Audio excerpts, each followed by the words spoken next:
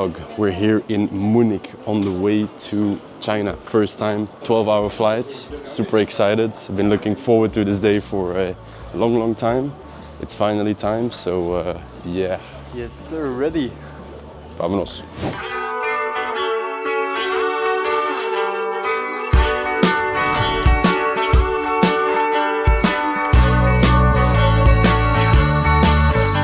Alright guys, we arrived at our hotel in Shanghai. Let's do a little room tour here before we get going and go into the city. So when we come in, we see like a little snack bar where we have some coffee, some water.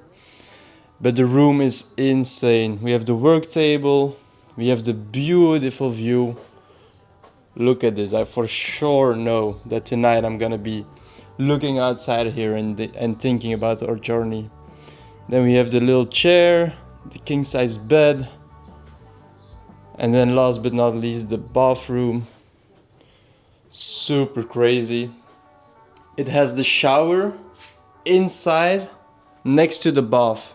I'm really not sure how this thing works, but it's super cool, guys. Holy shit, maybe one of the craziest hotels I ever stayed at, or maybe the best one. But China is on a different level. Honestly, the Uber/Didi it's called here, super cheap, super luxury travel. Here as well, the hotel room. Alright, it's not cheap, but it's super worth the money you pay for it.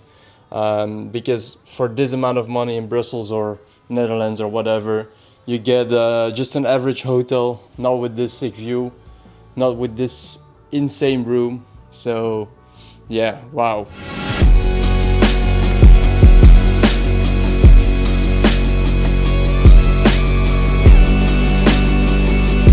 First official day in Shanghai. We had a good morning. We're ahead of Europe, as you know, in China. And now in the meeting room getting some work done. Exactly, and the main reason why we're in China, you might be wondering, is, well, first of all, the usual, we're going to visit the factory. We've never visited them, so I think it was about time, after I don't know how many thousands of orders we've done with them, to finally visit them, look how the processes go internally, if anything can be optimized. We're not going to go there to ask for better prices, because you can ask that through Slack. You don't need to meet really.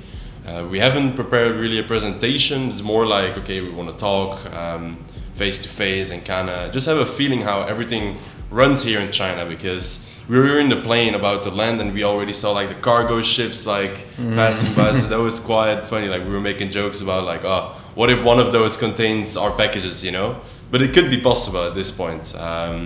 Fun fact, like we were in Germany yesterday, and we were just on a random website and we were seeing our own ads of our own store in on Germany. The right sidebar. So crazy. That means how good you're doing at Google Ads. So yeah, now I'm gonna put in some work. It's 4 a.m. right now in Europe. So by the time we're done here, the team will be awake. We're currently in the meeting room with our board members. Yeah.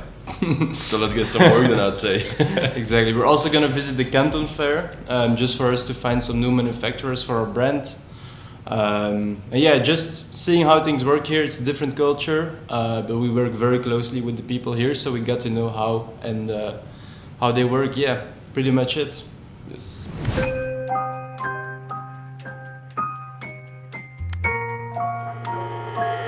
China is built different, man. We're in this random brunch bar, and what is here, Bryan? There's a random alpaca walking around, trying to snack some food, but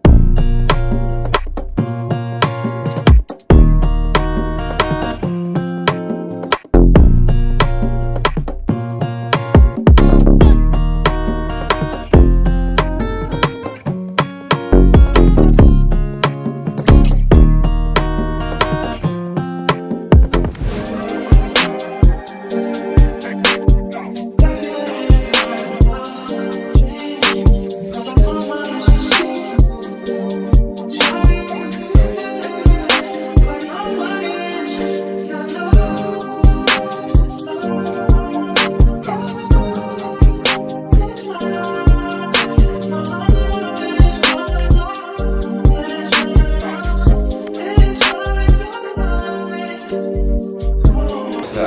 You So can And be here's some what- bread owner. since we're from Belgium, we brought some biscuits, typical from Belgium.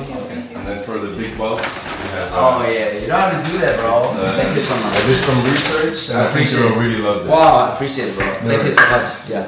If you know, you love cycling, right? I love cycling. Yeah, I Well, saw this this. is the number one from Belgium. Wow, man. It's Remco Wow, Evenepoel. man. You. Do you know him? Yeah. I Double know this. Olympic. World champion, Olympic champion. Double bro. Olympic. Yeah, double It's Olympic amazing. champion. Thank you so much. Really appreciate it. You're welcome. Thank you so much for that. Yeah. And yeah, I will wear that and send you a picture, bro. Perfect. Thank you so much. Talking about relationship, that's the main reason we actually came to China, because Yeah. we're not here to discuss quotations, pricing, that's boring, you know, we're just here to build a relationship with a partner, and to kind of Likewise, yeah. exactly, to kind of know how things work in China, you know, so we get better insights, new ideas, and Likewise, for me, I personally, I always tell my team, we don't looking for short-term profit or anything. You know, we're really looking for a partnership in long-term relationship, so that we can grow together, right? So sometimes we have to do some sacrifice. It's okay, right? But for our company, we are not doing a company for 1 or 2 years, right? of course. Day one's already been the age of 13, so we will keep growing our business. Right now, Day One has already become a platform with 600 employees. Right now, our capacity is 120. Last Black Friday weeks, last Q4, we're doing around 120,000 orders per day. You know, I mean, our capacity is increasing, but we still need a lot of people. We still need a lot of good support, especially for the software, right? So we still have a lot of things to do. Yeah. I find it quite crazy how you're still responding personally to Yeah. the WhatsApp messages when you probably have like thousands of other people messaging every day. Like your phone must be like every day like. Yeah. So I just use Calendly to schedule call. It's just fine for me, because for me I like to focus on my job. Yeah. It's great. It just have me to. It has me to catch up every single day. Yeah. I always told my wife, if I stay at home without anything to do, I will feel really boring. Yeah. Really hate it. And do you think over the years China is becoming more and more expensive compared to the other countries for production? Because I think if you would compare China today with, for example, 10 years ago, there's gonna be a huge difference. Like obviously you still have inflation and stuff, but besides that, it's becoming more expensive or not? There is a chance is that right now the young generations, they don't really like the labor work. The 20 years ago, 30 years ago, when China just started joining the WTO, at that time when China exporting a lot of cargo to other countries, at that time we still have a lot of the people that can do labor work in the manufacturers. But right now the young people, they already have the good support from their house, from their family, from their parents. They don't really want to sacrifice a lot in their working days, right? So I would say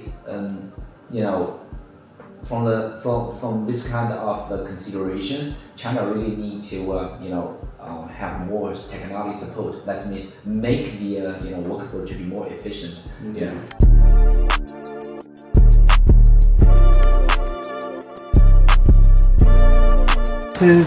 It'll tell her on the screen what the product is, how many pieces of each size, the color. And so she'll check each one and then send it for processing with the SKU. Sometimes they'll apply it directly, the SKU here. Others, she'll put it in this. It's the two-piece blazer set. Put it in here, yeah. She'll put it in here, and then the SKU will get applied after it goes through QC. One reason they want to apply it here is because you see the plastic that's used in this packaging. It's a very cheap cellophane, and so in the QC, after the piece goes through QC, we'll exchange the plastic for better quality plastic. Do you actually see do you guys actually decide on what plastic to use and what packaging to kind of save on some cost? For example, like this kind of packing is cheaper than this one and would save do you guys also think in that way? Kind of optimize? Not really. For here, it's mainly about the unboxing experience for the merchant. So when someone receives the super cheap cellophane with their product, it automatically feels like something cheaply drop shipped. So we just swap it for the better quality polybag, and it just automatically helps improve that kind of brand image. Good. And that's a free standard service. here. Yeah, it's a standard. Yeah. Free service. And again, it's like us interested in long term. Of course. Something we also learned, like the packaging already defines a lot on the customer experience.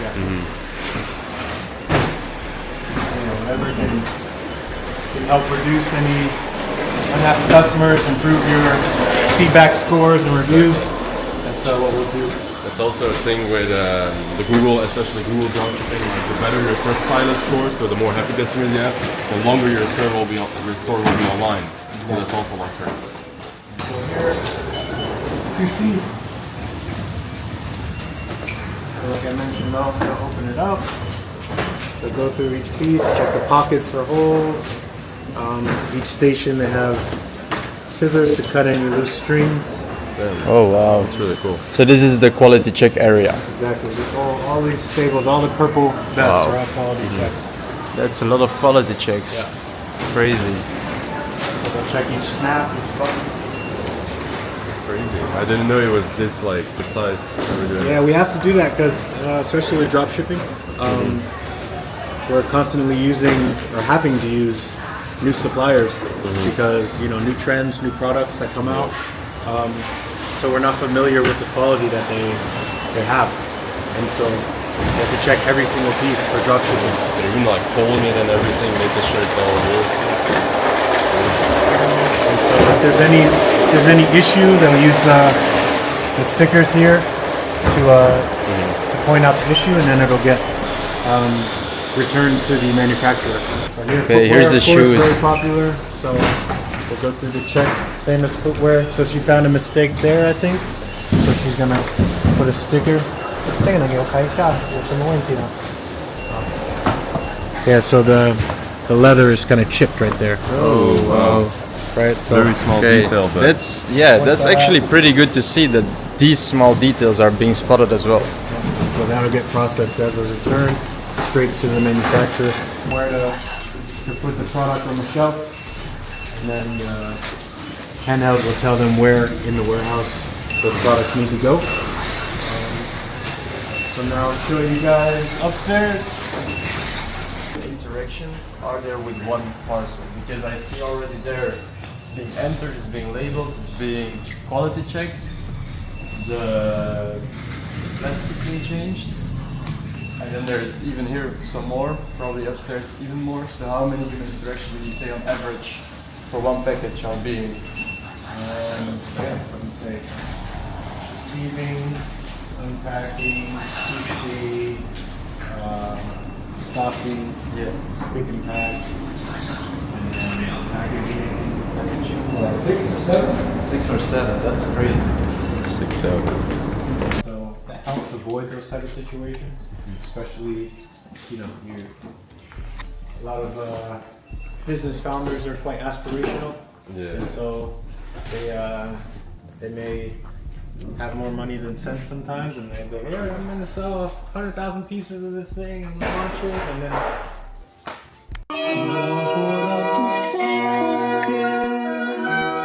We were so shocked when we saw the warehouse today. Honestly, it is way beyond what we expected. First of all, we got greeted very warmly by our account managers, all 3 of them actually, Henry the CEO, and then Edwin. It was really nice. We managed to see kind of what was going wrong from our side, but also kind of gave them a little bit of feedback. But we weren't there to discuss prices. No, we were more there to build a relationship, like you said, and I think we managed to do so very well. We also went to the warehouse where they do the packing and all of that, and we actually saw like one of our stores passing by on the roller machine. Yeah, it was impressive. Yeah, actually, we were looking for it, and I was like just looking around, and I saw it like walking by, and I was like, whoa, grab that one, grab that one. Yeah. You need to imagine they do 70,000 orders per day, at just a random regular day, not in Q4 or whatever. Exactly. So the chances of us seeing a parcel there where we actually do, 1,000 orders per day at this moment. It was pretty shocking, honestly. Indeed. But just to imagine, like, we're doing 1% of what their orders are doing every day. So I mean, 1% is still pretty big, but we got so much inspiration from like we were seeing like big brands having a whole separate warehouse just for themselves, and we're like, okay, we need to reach that level, and how we're gonna get there.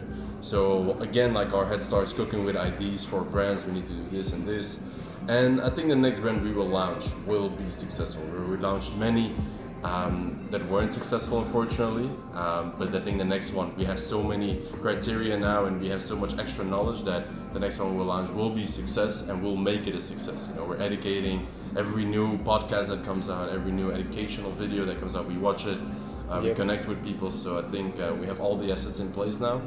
Also, we have the cash flow from our Google stores still coming in solid, so that's also a very good thing. I mean, if I learned one thing today, to be quite honest, is that day one they focus on quality first. I was so shocked on the quality inspections they did. I thought it was just more like a thing they say and rather not do. But every single dropship product gets a quality check where a person literally checks everything for holes, for issues, for small wires, and they cut it if so. So they really do their due diligence very hard on the products, and it was super amazing to see, because it's not something you expect from them, right? And for us, okay, it's just a one click that the customer does to order, but there's at least 7 touch points in the warehouse already, and then it still gets to it still needs to get shipped. That's so fucking impressive in my eyes. There's a lot of work being done behind the scenes that we actually never saw ourselves. It looks very simple, you see an order gets fulfilled, but there is way more that happens in the background.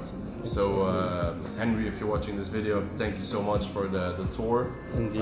We'll be back next year hopefully with our big brands. Indeed. And we're now going for dinner with Henry still, going to a nice Japanese place apparently, and hospitality is really insane. Now that being said, if you want to work with Day One, they have a 30 order MOQ. That means that you need to have 30 orders per day to work with them. So if you want the link up, which always helps, you can always create a ticket in Discord, whether it's a free one or in our community. So yeah, make sure Day One it's end boss for us, or at least from our POV. It's very important.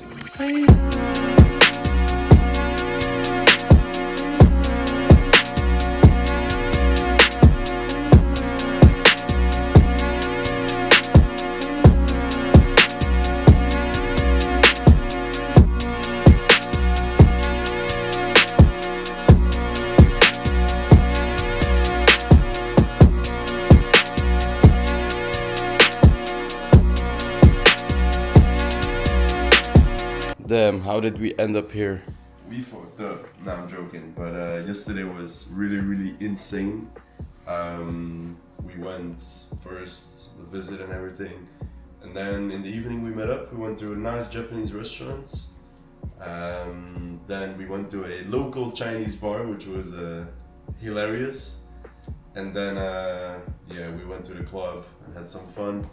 But it was really insane experience. Honestly, so grateful to have met with Henry, and so thankful for everything he did for us. Honestly, it was a crazy experience, and it just helped us to build this really good relationship. Like, we really care about relationships, and that's also what I think that brings you further in life and business, is by building good relationships with people. So yeah. That was it for our China trip. Indeed, We're flying back in a couple of hours, back to Belgium, back to the office. Stoked for that as well, since we've not been working properly because of the Wi-Fi, because of all the activities. But yeah, China was eye-opening. A lot of things that could be improved in the Western as well if I look at China. But yeah, super excited to be back in the office and putting in some work again. I have so many ideas, so much motivation, so much, just very grateful.